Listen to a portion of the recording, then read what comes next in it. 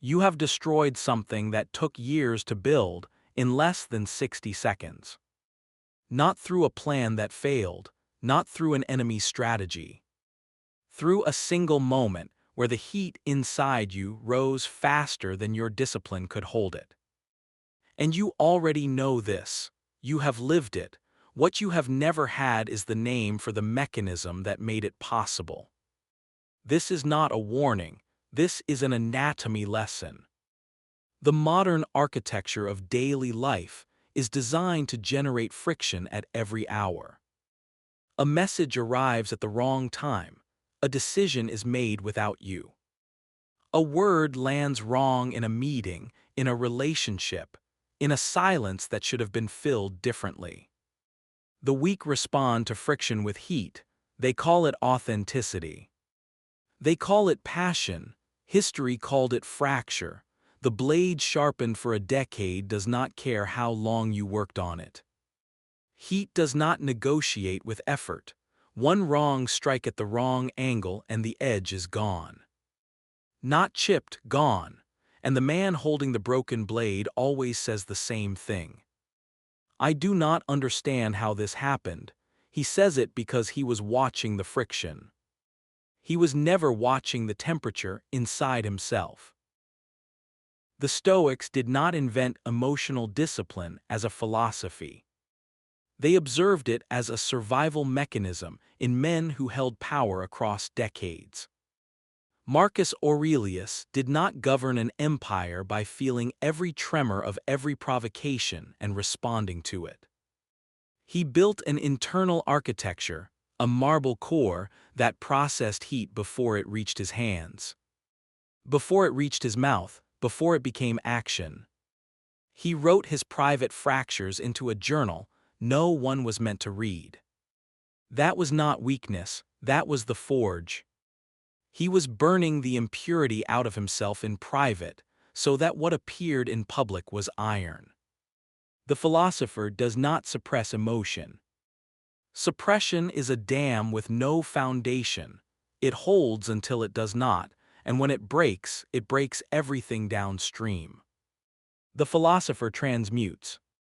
He takes the raw heat of anger, of humiliation, of fear, and he feeds it into the forge of deliberate thought before it becomes word or action. The gold does not appear in kintsugi by accident, it is placed, with precision, into the exact crack that would otherwise be a point of collapse. What the ancient world understood, and what the architecture of modern performance erases, is that the most formidable men were not the ones who felt less. They were the ones who had built enough internal stone between the feeling and the response that time existed in that gap. That gap is sovereignty. That gap is the entire difference between the warrior and the sovereign. The warrior strikes when provoked. The sovereign decides when to strike, and the decision is never made in heat. Here is the paradox that will stay with you until part 2. The moment that destroys years of forging does not feel like destruction when it is happening. It feels like finally being honest. It feels like release. It feels, in that single second of heat, like the most real thing you have done in months. And that feeling, that sense of righteous, burning clarity, is the exact mechanism of the fracture. The blade does not know it is breaking. It only knows it is finally being used. The blade does not know it is breaking. It only knows it is finally being used. And that is the most dangerous sentence in this entire lesson, because it means the fracture always arrives wearing the mask of justification. So the question is not whether you will feel the heat, you will. The question is whether you have built enough architecture between the feeling and the response that the heat has somewhere to go before it reaches the edge. This is the protocol, not a philosophy, not a mood. A protocol, meaning it functions whether you believe in it or not. The same way iron cools whether you respect the process or not. First, the silence command when the heat rises, your first obligation is not to respond. It is to locate the silence inside the architecture you have already built. Marcus Aurelius did not write his meditations so that he could publish wisdom. He wrote them so that in the moment of provocation, in the court, in the campaign, in the betrayal, he had already rehearsed the gap. The gap is not hesitation. Hesitation is fear dressed in stillness. The gap is sovereignty, the deliberate space between stimulus and decision where the sovereign lives and the warrior does not. In practice, when the message arrives, that raises your temperature. When the word is said in the meeting that lands like a blade against stone, you do not respond in that window. You locate the silence. You let the heat move through the architecture without touching the edge. The man who masters this does not appear weak. He appears unmovable, and unmovable men are not challenged the same way twice. Second, the forge audit. Every fracture has a temperature history.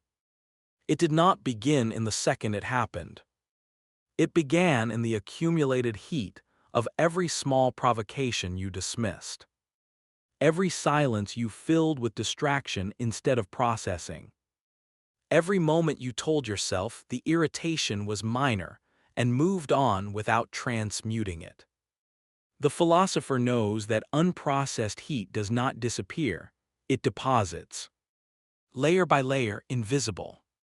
Until the architecture that was built to hold it is already compromised before the decisive moment arrives.